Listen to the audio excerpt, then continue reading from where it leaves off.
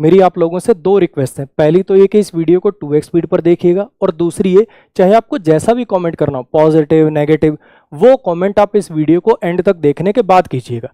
Direct अपने सवाल पर आते हैं। एसएससी सीजीएल के अंदर स्कैम हुआ कि नहीं? जो लोग कह रहे हैं स्कैम हुआ, वो इसके प्रूफ के तौर पर स्क्रीनशॉट शेयर कर रहे हैं, वो लगातार रोल नंबर वाले। वो दोबारा दिखा के मैं आपका टाइम खराब नहीं करूंगा, वो आप सबने देख ही रखे, ठीक है।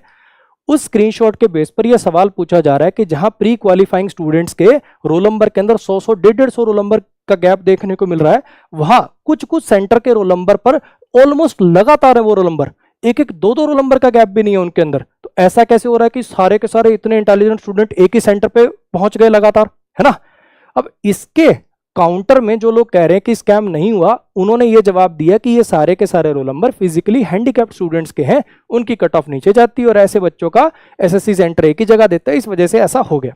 लेकिन उसके बाद कुछ फिर और स्क्रीनशॉट भी देखने को मिले जिनके अंदर फिजिकली हैंडीकैप्ड कैटेगरी के भी नहीं है, फिर भी रोल नंबर लगातार है। कहीं 6 रोल नंबर लगातार हैं, कहीं 4 रोल नंबर लगातार हैं, कहीं 3 रोल नंबर लगातार हैं, और वो उस कैटेगरी के भी नहीं है।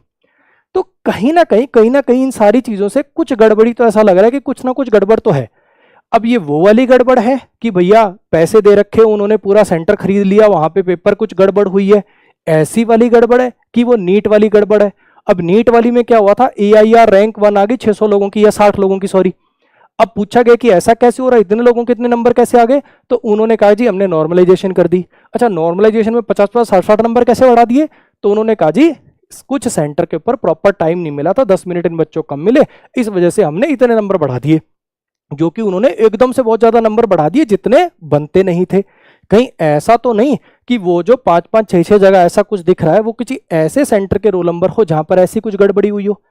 अब भैया चाहे स्कैम वो वाला हो जो जानबूझकर पैसे लेकर वो सब किया गया है, चाहे ये वाला हो कि कुछ पेपर में कुछ ऐसी नॉर्मलाइजेशन कहीं कर दी गई, कुछ भी हो, एक क्वेश्चन मार्क तो लग गया ना, एक प्रोसेस के ऊपर सवालिया निशान तो लग गया ना।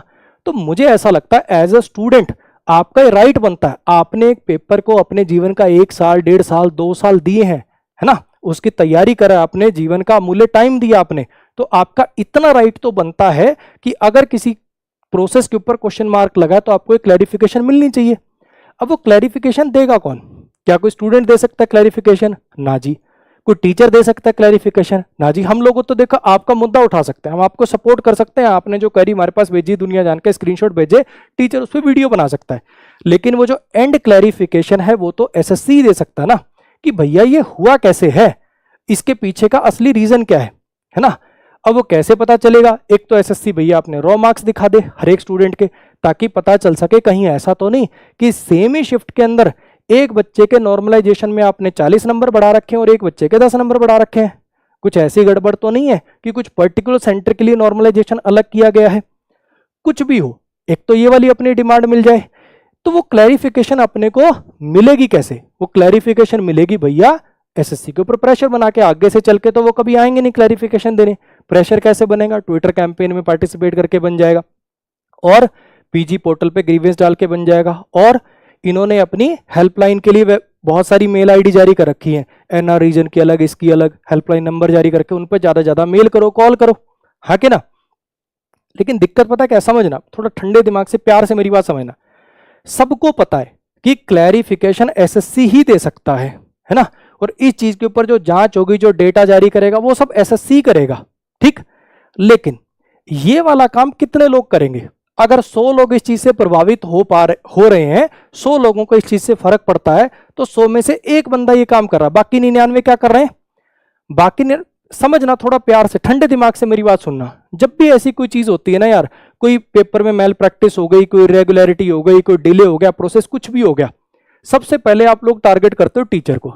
अगर टीचर ने वीडियो नहीं बनाई तो जाके उसको गालियां देनी है कि तूने हमारा साथ नहीं दिया, जब देखो कोर्स बेचने आ जाते हो, तुम बिजनेसमैन हो, लुटेरे हो। अगर टीचर वीडियो बना दे, वीडियो बनाएगा तो हर चीज के दो पक्ष होंगे ना। अब जैसे इसमें कुछ लोग कहेंगे स्कैम हुआ, कुछ लोग कहेंगे स्कैम नहीं हुआ। अगर टीचर ये कह दे कि स्कैम हुआ तो वो लोग आ जाएंगे भैया जिनका प्री क्वालिफाई होगा, अरे तुम तो चाहते नहीं हो पेपर ढंग से कंप्लीट हो पाए, तुम चाहते हो कि प्रोसेस लंबा चले ताकि दोबारा तुम्हारे कोर्स बिके। अगर वो कह दे कि स्कैम नहीं हुआ तो जिनका प्री क्वालिफाई नहीं होगा वो आ जाएंगे, अरे तुम तो चाहते नहीं हो स्कैम बाहर आए, तुम चाहते हो कि लोगों को इसका पता ही ना चले ताकि तुम्हारे ज्यादा कोर्स बिके। तो एंड रिजल्ट इस ट्रायंगल का ये है कि गाली खाएगा टीचर, क्योंकि वो सबसे इजी ऑप्शन है आप लोगों के लिए।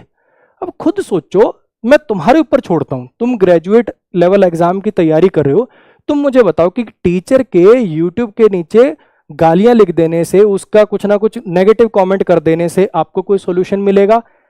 कि ग्रीवेंस डालने से, पीजी पोर्टल पे ग्रीवेंस डालने से, ट्विटर कैंपेन में पार्टिसिपेट करने से, इनकी वेबसाइट पे ज्यादा से ज्यादा मेल करने से आपको सोल्यूशन मिलेगा? सोचो। जिन बच्चों का भाई प्री क्वालिफाई हो गया, आप अपनी मेंस की तैयारी करते रहो, लेकिन साथ साथ इस प्रोसेस में भी पार्टिसिपेट करो। अगर ये वाकई में कोई स्कैम है, अगर सच में पैसे लेके वो उन रोल नंबर्स को कुछ फेवर किया गया, उन सेंटर्स के अंदर कुछ सच में धांधली हुई है, तो मेंस में भी हो सकती है भाई, है ना? तो क्लैरिफिकेशन तो चाहिए ना, आप लोगों को भी चाहिए, तो तुम भी पार्टिसिपेट करो। और जिनका क्वालिफाई नहीं हुआ भाई, आप लोग भी पार्टिसिपेट करो। एक क्लैरिफिकेशन आ जाएगी तो सबके मन को ठंडक हो जाएगी कि कौन सी वजह से हुआ है ये, ठीक। और मैं फिर बता रहा हूं बच्चे, क्लैरिफिकेशन आपको और कोई नहीं दे सकता, ये क्लैरिफिकेशन आपको सिर्फ एसएससी ही दे सकता है, और उसके लिए जो करना है वो आप लोगों को पता है, ठीक। अब ठंडे दिमाग से आप अपना डिसीजन लीजिए, आप खुद मैच्योर हैं। अब बच्चे बहुत सारे ना इस टाइप के मैसेज करते हैं, सर इतना कट ऑफ जा रहा है, मैं आगे तैयारी करूं नहीं करूं, ये सब आप खुद मैच्योर हो बच्चे, आपको डिसीजन लेने होते हैं सब। हम एज ए टीचर आप लोगों को गाइड कर सकते हैं, अच्छा ऐसे पढ़ सकते हो, ये चीज़ यहाँ से पढ़ सकते हो, ये चीज़ यहाँ से पढ़ सकते हो। आप लोगों की आवाज़ उठा सकते हैं कि अच्छा जी आप लोगों को लग रहा है कि प्रोसेस ढंग से नहीं हुआ, तो आप लोगों की आवाज़ बन सकते हैं, लोगों को जोड़ने का काम कर सकते हैं। लेकिन जो आप लोगों को सॉल्यूशन चाहिए वो एसएससी से चाहिए, ना कि टीचर से चाहिए, ठीक है। तो इस बात पर थोड़ा ध्यान दीजिएगा।